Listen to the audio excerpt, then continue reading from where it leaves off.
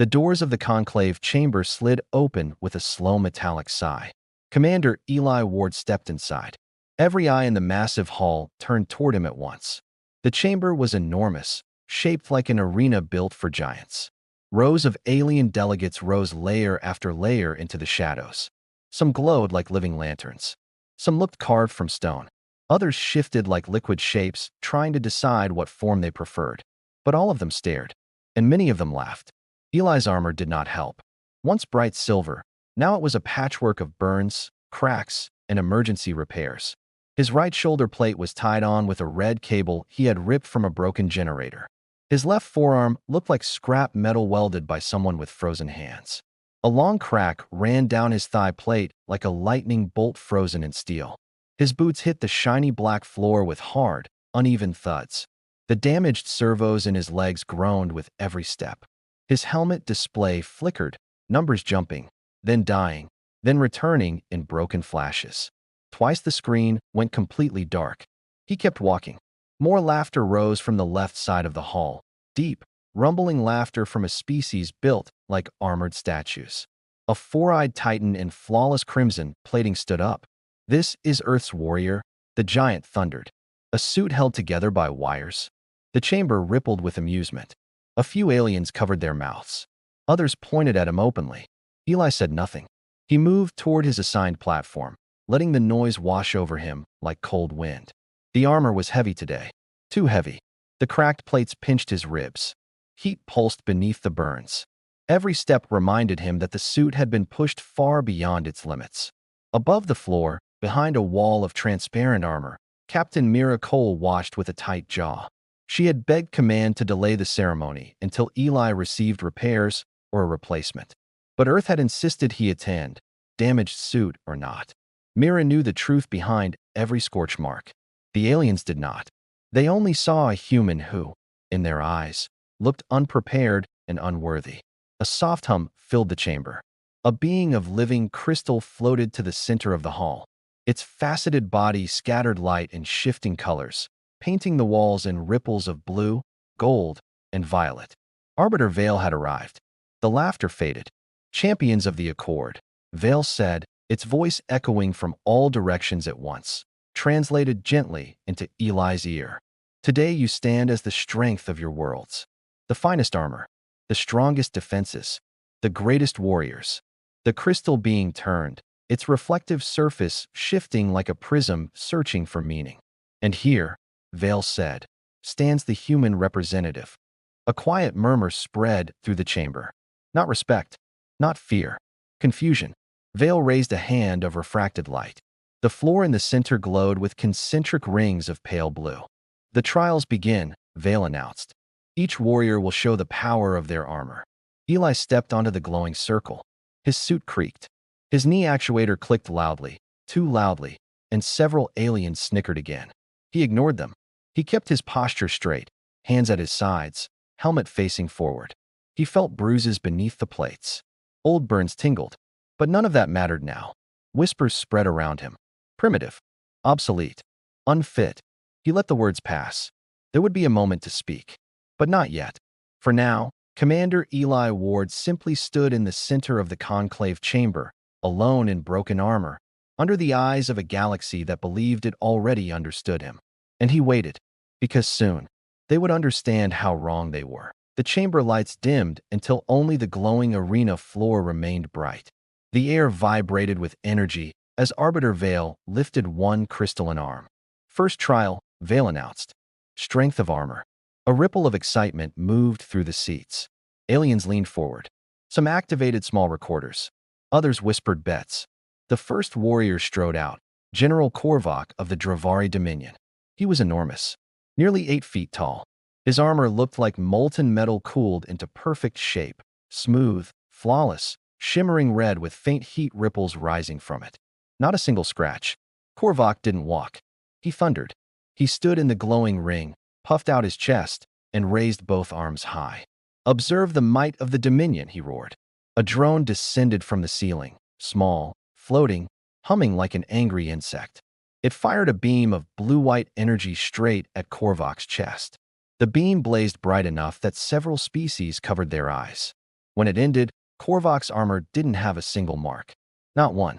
The crowd erupted in sharp clicks, whistles, and vibrating tones. Alien applause. Korvac turned his head and smirked at Eli. "That," he said loudly, "is what real armor looks like." Eli didn't respond. The next warrior stepped forward, a slim, luminous being named Eris of the Lamari Vale. Her armor looked grown rather than built, like translucent crystal petals layered over her glowing form. The drone fired again, this time with multiple weapons at once: energy, kinetic rounds, and a corrosive mist. Eris's armor responded instantly. Crystal petals shifted, folded, and hardened. The mist sizzled as new layers grew over the surface. "Adaptive shielding," she said softly. "Alive. Intelligent. Perfect." Again, applause filled the hall. More warriors followed. One displayed armor that bent light, turning invisible. Another had a suit that detached into floating pieces that defended him like loyal drones. A third had armor capable of forming force walls strong enough to stop a small shuttle crash. Every demonstration was more impressive than the last. Every suit gleamed with new metal, polished surfaces, perfect engineering. And every warrior made sure to glance at Eli afterward. Some smirked, some pitted, some didn't bother hiding their disgust. At last, only the human remained. Arbiter Vale drifted slightly closer, crystal facets shimmering with curiosity. "Commander Eli Ward of Earth," Vale said, "you may begin your demonstration." Eli stepped forward. His armor groaned. The servo in his left knee made a sharp snapping sound.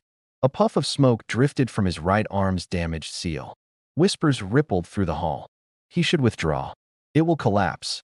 Earth sent a broken man." "Embarrassing." Vale hesitated, then spoke gently. "Your armor is compromised. You may withdraw without dishonor." It was a respectful offer, a way to avoid humiliation. Eli looked up at the floating arbiter. "Thank you," he said, "but I'll continue." Vale studied him for a moment, longer than any other warrior. The crystal surface shifted with thought, refracting soft colors. "As you wish," Vale replied. The drone descended. It fired the same energy beam it had used on Korvac. The blast struck Eli's chest plate with a crack like thunder. His armor shook.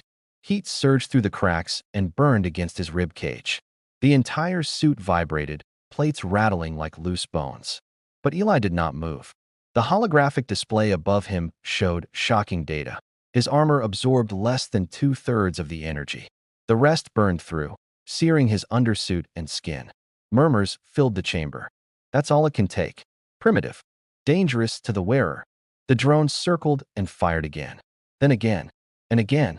12 total shots, each from a different angle. Each slamming into damaged plates, barely holding together. Each sending sparks and metal flakes snapping into the air. By the 12th blast, smoke leaked from multiple joints. The left arm servo died completely, letting the forearm plate hang like a loose shell. Finally, Vale raised a hand. "Sufficient." The drone powered down. Silence filled the hall. Every alien stared at Eli, many expecting him to collapse. Instead, he stood tall, breathing hard, suit battered, sizzling, scorched, unmoving, unbroken. For the first time since he entered the hall, the laughter stopped. Not because his armor impressed them, but because the human inside it had not flinched once. The smoke from Eli's armor curled upward like thin gray fingers. The glowing arena dimmed again, signaling the next test. Arbiter Vale raised both crystalline hands. "Second trial," Vale said. "Mobility." A deep murmur rolled across the chamber. This was the part everyone loved, the part where warriors displayed grace, speed, and the full power of their enhanced suits. Platforms shifted. Holographic walls rose from the floor. Floating obstacles shimmered into existence like translucent ghosts waiting to move. The Dravari general, Korvac, went first. He ran across the shifting terrain with thunderous steps, moving with surprising speed for someone his size. His armor boosted every motion, turning each jump into a controlled leap and every step into a surge of strength. He dashed between walls taller than buildings and smashed through barriers like they were made of paper. The crowd roared in approval. Next came Eris, the crystal-armored warrior. Her movement was beautiful. She glided, almost floating, weaving through narrow, hollow passages with unreal precision. Her armor adjusted to each obstacle, softening, hardening, reshaping like liquid glass. More warriors followed. One leaped 20 meters straight up, landing light as air. Another rolled through simulated explosions as their armor deployed shimmering shields. A third sprinted so fast that the air rippled behind them. Every demonstration sparkled with near-perfect precision. Every warrior moved like they were born inside their armor. Then came Eli's turn. The chamber grew quieter than before. The only sound was the faint clicking from Eli's left knee actuator and the grinding from the worn servos in his right hip. He stepped forward. Not fast, not smooth, just steady. The glowing arena walls formed towering shapes around him. Platforms rose and fell. Beams of hard light fired from unpredictable angles, simulating battlefield chaos. Eli didn't run. He walked. His armor was too damaged to do anything else. His left leg brace threatened to lock with every shift of weight. The right shoulder plate, wired on with emergency cable, scraped against the inner hinge with each movement. Other warriors had leaped over the first barrier. Eli climbed it. Slow, deliberate, hand over hand. Metal screaming as joints strained against old cracks. The audience watched in confusion. Some whispered, "Why doesn't he retreat? He cannot compete. Will he collapse?" Others grew strangely silent. Eli moved through the course like a man carrying a mountain. Every step pulled at torn muscle. Every climb reminded him of the burns beneath the plates. And every shift of weight forced the armor's dead systems to drag along like rusted chains. The course fired a kinetic round at him. He didn't dodge. He let it hit. The impact rattled his entire frame and made the chest plate spark, but he kept going, pushing through the barrier without hesitation.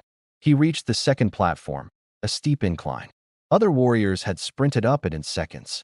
Eli gripped the surface and pulled himself upward, dragging 200 pounds of dying machinery with him. The incline burned his palms through the glove fabric, but he didn't stop. Halfway up, his right servo locked. His leg froze mid-step. Gasps echoed around the hall. But Eli did not panic. He braced his back against the wall, slammed his fist into the actuator port, and forced the servo loose. The armor jolted, unlocked, and he kept moving. Korvac frowned. Eris tilted her head. Mira Cole's eyes widened behind the viewing glass. He reached the top. Slowly, painfully, but he reached it. The final section of the course rose before him, heavy beams swinging across a narrow bridge like giant hammers. Other warriors had sprinted through with perfect timing. Eli stepped onto the bridge just as one beam swung down. It smashed into him like a battering ram. He slid back a meter, boots grinding sparks against the metal floor. His left leg almost buckled. The chest plate dented inward. But he stayed standing. A second beam swept toward him. Eli leaned forward, pushed through, and let the beam scrape across his back plate with a screech that echoed through the entire chamber. When he finally reached the other side, his armor was smoking again. One of the glowing arena lights flickered off as the trial ended. Arbiter Vale drifted closer. Mobility trial complete, the Arbiter announced. Most warriors had finished in seconds. Eli had taken minutes. But he had finished. He limped to his platform, breathing hard, armor clicking with each motion. And for the first time, the hall did not laugh. They didn't understand why Earth's representative couldn't run. But they saw something else. He refused to fall. The arena shifted again. The platforms sank into the floor. The glowing walls faded. A long hush fell over the chamber as Arbiter Vale lifted his shimmering hand. Final demonstration before the judgment trial, Vale said. Each warrior will reveal what their armor has accomplished in real battle. A thrill ran through the hall. This was the display everyone came for. The victories, the heroics, the proof of power. General Korvac stepped forward first. Holograms burst into the air above him. Scenes of his red armor shrugging off cannon fire, smashing through fortifications like they were made of paper, leading squads through smoke-filled battlefields with unstoppable force. Every frame showed him invincible. The audience roared with approval. Eris followed. Her holograms showed her walking through storms of acidic rain. Walls melted around her, but her armor bloomed into thicker crystalline layers, protecting an entire research outpost while the wind carried burning toxins. Others followed, each clip polished, dramatic, heroic. Every warrior displayed perfection. Then the chamber went quiet. It was Eli's turn. Arbiter Vale floated toward him with quiet respect. "Commander Ward," Vale said, You may present your combat record. Eli didn't activate any hologram. He didn't raise a hand. He didn't step forward. He simply spoke. His voice was quiet but firm, cutting through the silence like a slow blade. 3 weeks ago, Eli said, a colony called West Ridge was attacked. Every alien turned toward him. No recordings. No glowing visuals. Just a man in broken armor. It's a small settlement, Eli continued. 180 people. 63 of them children. The entire hall fell still. This wasn't the dramatic footage they expected. Then an image formed. Ancient Aurelians standing on a cliff, looking at a storm-filled sky. But something was different now. They looked afraid. Truly afraid. The next row showed why. A disaster. Massive energy storms ripping across their world. Cities collapsing. Sky fracturing with lightning that moved like living creatures. Jackson leaned closer. The Aurelians didn't respond with logic or superiority. They responded with unity. He watched them hold hands. Share breath. Combine thoughts. Pray together. Cry together. They didn't survive because they were perfect. They survived because they were together. Then the scene changed again. The early Aurelians gathered around a glowing artifact, the first Enigma box. They didn't build it to challenge others. They built it to remind their descendants who they were. Memory, Jackson whispered. That's what this thing really is. A warning. The symbols brightened, as if confirming it. Jackson felt his chest tighten. The modern Aurelians believed they were naturally superior. But their ancestors survived through emotion and connection, the very things the Dominion now called weakness. He whispered, your people forgot themselves, and you're their last voice. The box pulsed once. A warm, gentle heartbeat. Midnight approached. Jackson rubbed his tired eyes and stood up. He stretched his arms, then walked to the window.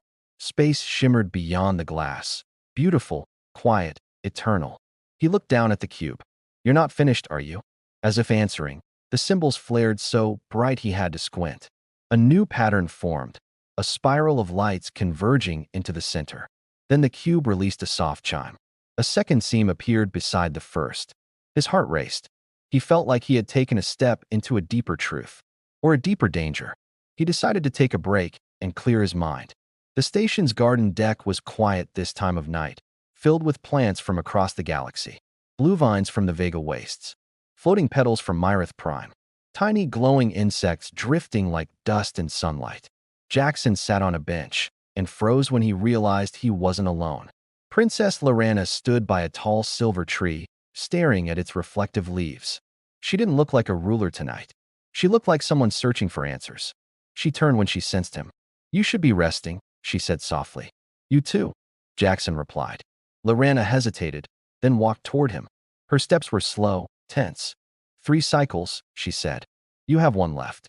My scholars say opening the box is impossible. Maybe they've been looking at it wrong. Her jaw tightened. You think the Dominion is wrong? I think your ancestors were different than you believe. She stiffened. Do not pretend you understand my people. Jackson didn't move. He kept his voice soft. I don't pretend. The box showed me. Lorana's breath caught. You saw? He nodded. I saw the ancient Aurelians. How they survived. How they felt. How they worked together. Lorana took a shaky step back. Her eyes widened, not in anger, but fear. That history is forbidden, she whispered. Even I was never allowed to see it. That's the problem, Jackson said quietly. Your people erased their own beginnings. Her voice trembled. You speak of things you do not understand. Then explain them to me. She was silent for a long time. The garden lights reflected in her eyes like tiny stars. She looked almost lost. Finally, she spoke. When I was a child, she said slowly, I asked a teacher why Aurelians have no ancient art, no ancient music, no ancient literature. He told me our ancestors were too primitive to create anything meaningful. Jackson felt his chest tighten. That wasn't true.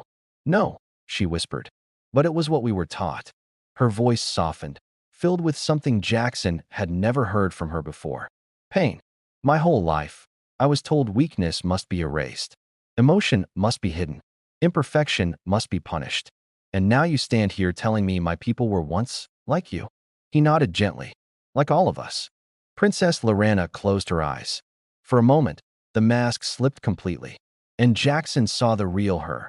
Not a cold princess, not a superior alien, but a woman raised in a cage of expectations she never questioned. She opened her eyes and whispered, "If you open that box, you will break the only story my people believe about themselves." Jackson stepped closer. Maybe it's time someone did. A single tear slipped down her silver-blue cheek, the first honest emotion he had ever seen from her. "You don't understand," she said.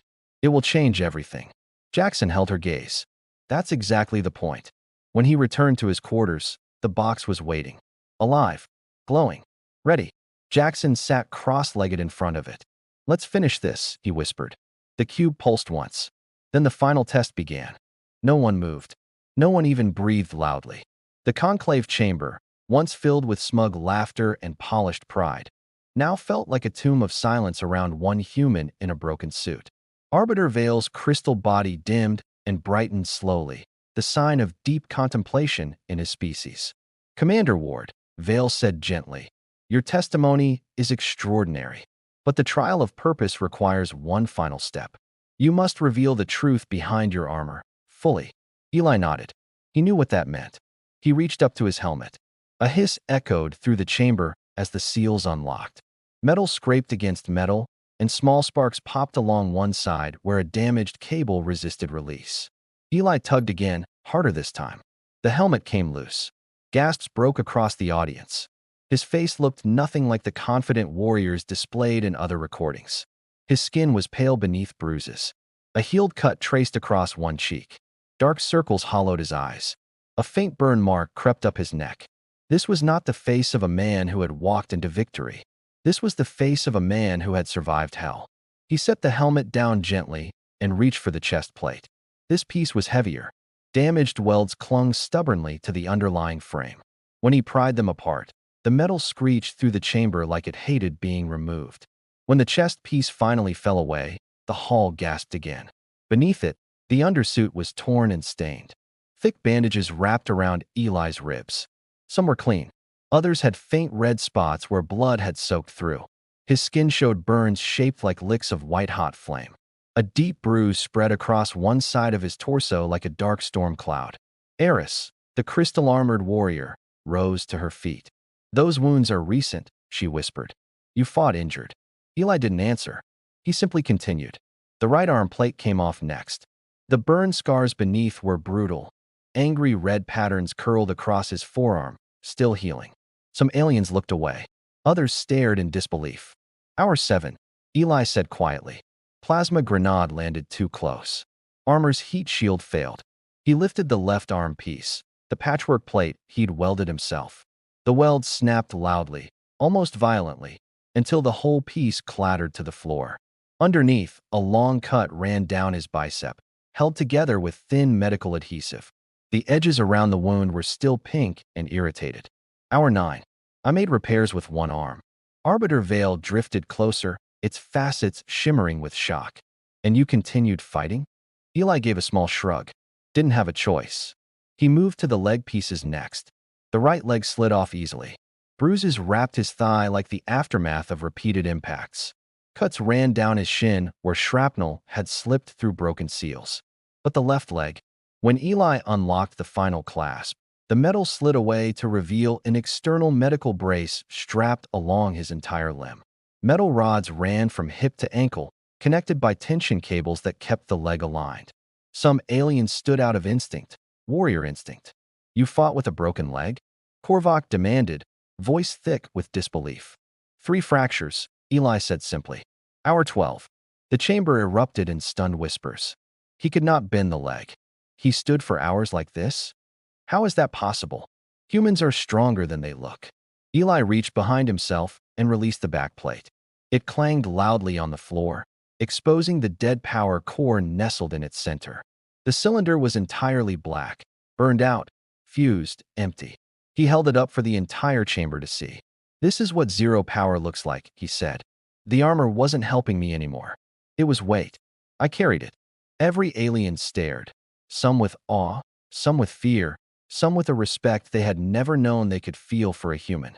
Korvac clenched his jaw. His species valued strength above all things, but they had never considered this kind of strength, the kind without enhancements, without power, without technology. Just will. Eli picked up the power core again and set it carefully among the scattered armor. Broken pieces lay around him like shards of a story only he could explain. But he wasn't done. He reached into a small pouch along his belt and pulled out a data chip. My armor recorded everything, he said. I could show the footage. I could prove the fight. Alien eyes narrowed, expecting drama. But Eli surprised them. I won't show it. A wave of confusion swept across the chamber.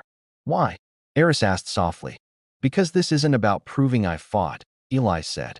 It's about understanding why I didn't stop. His voice lowered, calm, steady, brutally honest.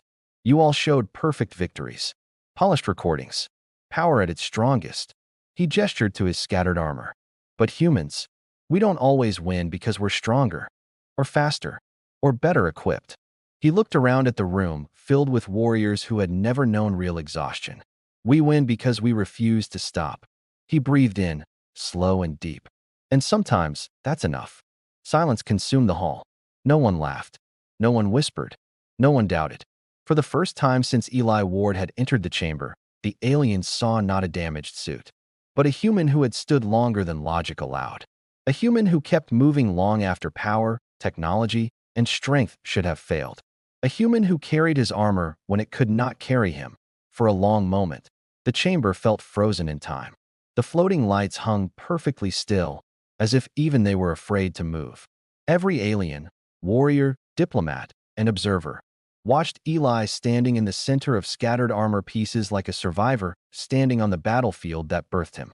Arbiter Vale was the first to break the silence. Its crystalline body brightened, shimmering with emotions no translation could fully capture. Commander Eli Ward, Vale said softly. Step forward. Eli obeyed, slowly, limping, every motion pulled against bruised muscle and cracked ribs. The medical brace clicked softly as he walked. Vale turned to the assembly. For many cycles, the Arbiter began. We have judged warriors by the brilliance of their technology, the power of their weapons, the perfection of their armor. The chamber rumbled with agreement. But today, Vale continued, we witnessed something different, something older, something deeper. The crystal being rotated, reflecting Eli's battered form across every wall. We witnessed the strength of a warrior whose armor failed, yet he did not. A ripple of solemn understanding moved through the seats. And then, something unexpected happened. General Korvac, the massive, crimson-armored Dravari Titan, stood. He walked down the steps one heavy stomp at a time until he reached Eli. The chamber trembled with each step. He stopped only a meter away. His yellow eyes, once filled with contempt, now held something new, respect. You said your armor died, Korvac growled. Yet you fought 7 hours more. You carried 200 pounds of dead metal as if it were your own flesh. Eli didn't respond. He only stood there, breathing carefully. Korvac lowered his head, a gesture so rare among his species that several Dravari warriors gasped. You carry the spirit of a true warrior, Korvac said. I mocked you. I was wrong. He crossed both arms over his chest, fists against shoulders. I offer you Dravari respect, hard-earned, never given freely. Eli blinked, surprised, but nodded once. Eris stepped forward next. Her crystal armor shimmered like starlight. She approached slowly, as if afraid to disturb the fragile silence. I pitied you, she said quietly. I looked at your armor and thought it represented failure. She touched the edge of Eli's burned undersuit, lightly, delicately, her fingers glowing soft blue. But I see now, these marks are lessons. Evidence. Proof of endurance unlike any I have witnessed. Her voice trembled. My people heal the body, but what you showed today heals the spirit. Other warriors began to rise. One by one, dozens. A tide of beings moved down from the elevated rows. Some bowed deeply. Others touched their chests. A few simply stood beside Eli in unspoken acknowledgement. Alien voices murmured in a dozen languages. Human strength. Unbreakable will. A warrior beyond armor. Not technology. Soul. Captain Mira Cole rushed from the observation deck, her eyes burning with emotion. When she reached Eli, she didn't salute. She hugged him. Gently. Very gently. You idiot, she whispered. You should be in a hospital, not standing here. Eli gave the faintest smile. I'll go after this. Promise. A short distance away, Kate Sullivan, The young diplomatic assistant stood staring at him with tears gathering in her eyes. When she stepped closer, her voice shook. "I was angry at you," she said softly. "I thought you made us look weak." Eli looked down at her. She was young, barely more than a trainee, but full of passion. "You didn't make us look weak," she whispered. "You reminded them who we are." She touched one of his bandaged ribs through the torn undersuit. "You reminded me too." Then Arbiter Vale floated higher, raising both shimmering arms. "Warriors," Vale announced, "we have witnessed not only physical strength or advanced design. We have seen the most ancient quality a warrior can have." The crystal being's voice echoed with powerful resonance. "Endurance." The entire chamber seemed to hold its breath. "From this day forward," Vale proclaimed, "the trials shall change. We will no longer honor only those whose armor shines brightest." The alien crowd murmured with excitement and something like hope. "We will honor those who endure, those who stand when logic says fall, those whose spirit holds firm when metal breaks." Vale turned toward Eli. "Commander Eli Ward of Earth," Vale said, "you will be remembered as the first to show us this truth." A soft glow descended from the ceiling, bathing Eli in pale light. "Your armor will be placed in the Hall of Heroes, where generations will learn from its scars." Eli swallowed hard. He had not expected this. Not honor, not recognition, not glory. He had only wanted the aliens to understand, to truly understand, what humans carried into battle when everything else failed.